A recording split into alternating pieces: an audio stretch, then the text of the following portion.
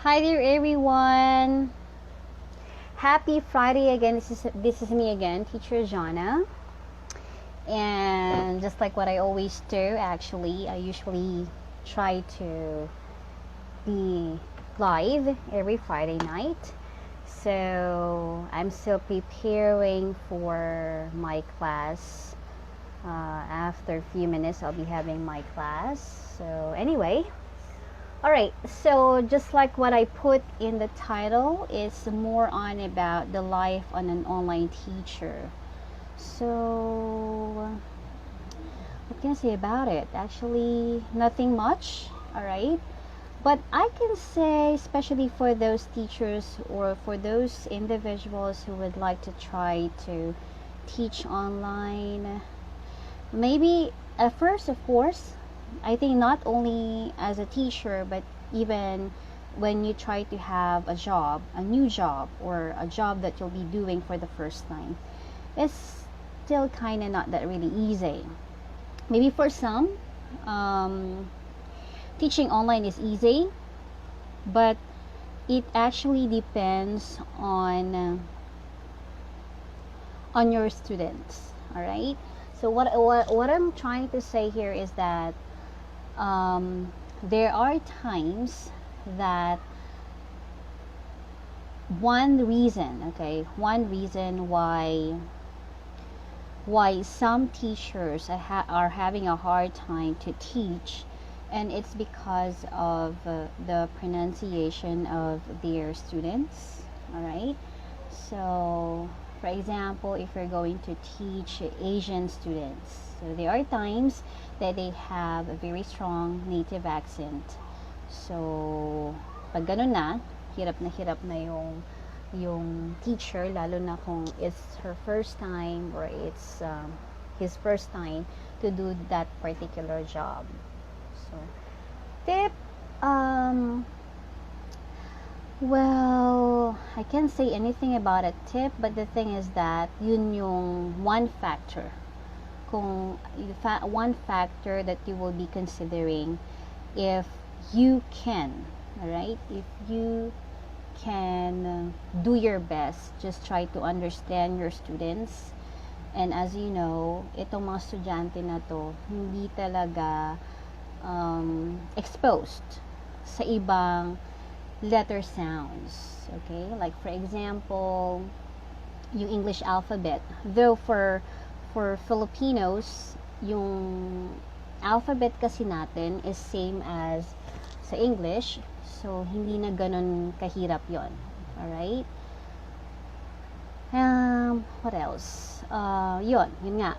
So, for some, like for example, for Korean, like the sound of G, para sa kanila, para magkapares lang ang sound ng G at K. That's the reason why there are times that when you try to say yung Korean word nila na thank you, yung 감사합니다, it's actually, if you're gonna be letting them to spell it out, it's not really letter K, but they try to write it as letter G. Kasi nga, yung G at K nila ay almost similar. Okay? Another thing is not only among para sa mga Korean students but also Japanese students, the letter of R and L. Okay, so there are times that napapagsama nila yung sound na yun, or yung R dapat naging L. Okay, so yun pa yung isang thing na dapat i-consider din ng teacher, yung pronunciation ng R at L. Okay? Ano pa ba? In case of Vietnamese students, what I've noticed is that the sound of B and P. Okay? So, may times na yung letter B nila it sounds like letter P. Okay? So, yun lang. So, most probably, may mga letter sounds kasi sila na katulad ng iba pang letter sounds. Okay? So, that's one thing that an online teacher or a teacher should also consider. Yung yung letter sounds ng mga students na tinuturuan nila. Okay? So you just need to be patient.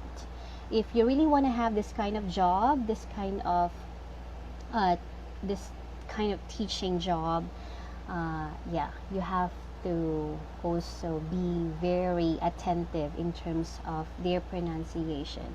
So as you learn their pronunciation, then you would also understand them.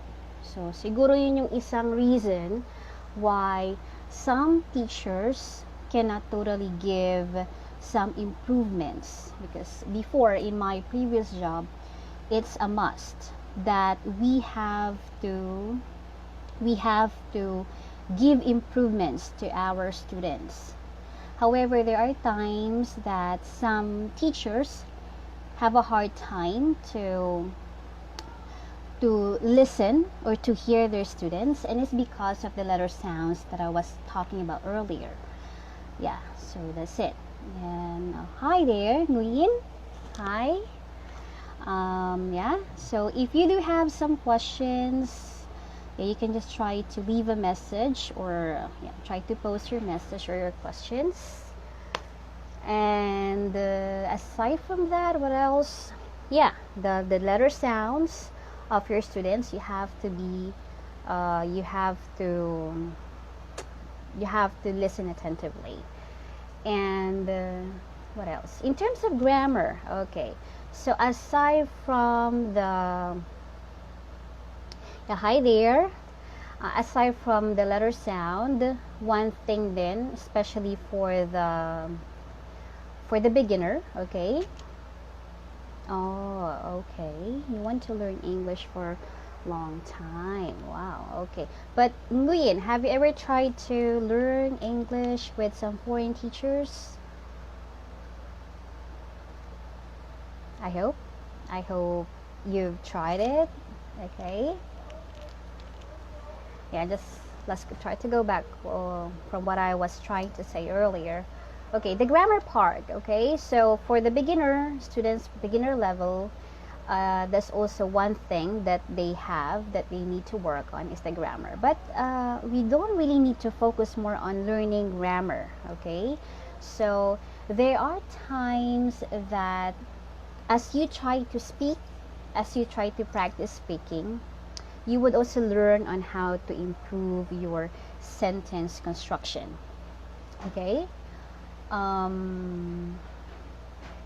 Mostly one thing that students usually make, the grammar lapse that they usually make, is the use of the simple present and the use of the present continuous. So what's the difference between the two is that for simple present, we just use the main verb or the original verb, like let's say play, run. So these are the main verbs, okay?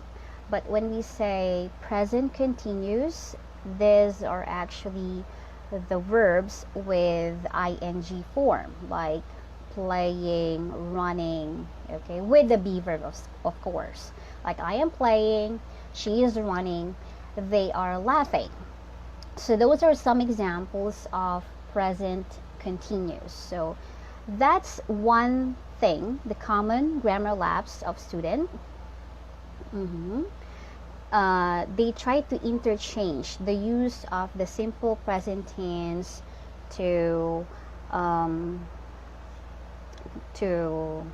the present continuous. Okay, so you just need to explain to your student. Okay, you don't just try to improve or to correct their sentences. You try to also let them understand why am I wrong, teacher? But of course you have to tell it in a nice way, because some students, to be honest, they're kind of sensitive and they don't want to be directly corrected. So that's another tip that I can give for those teachers. If you're going to correct your students, do not, especially it depends on the level, or it depends on the age, okay? So if your student is an adult, as much as possible, you try to give indirect corrections. Now, when we say indirect corrections, you try to correct her or him in a way of trying to rephrasing what he or she has said. Okay? Yeah, so that's it. All right? And going back to one person commenting, Nguyen, you're learning via a center, so it's like a face-to-face, right? Face-to-face teaching. Am I correct? And your teacher is a Filipino. Wow. Okay. And you've been learning for 2 years. Well, most probably learning is a continuous process, actually. Okay, if you really want to continue learning, then of course it's really up to you whether to stop or not. But what I can really say is that you can try to continue learning. Okay, or aside from learning with your teacher, okay, you should also try to do some self-study. Okay, on Skype. Okay, all right. Okay, all right. So it's an online, right? Online center. Am I right? Yeah. Okay. All right. Anyway, so that's it. So I guess that's it. I can say more about it. Just giving some tips, especially for those teachers who would like to try, or for those individuals who would like to try teaching students online. Okay. Oh, free talk. Free talk is okay, actually. Yeah.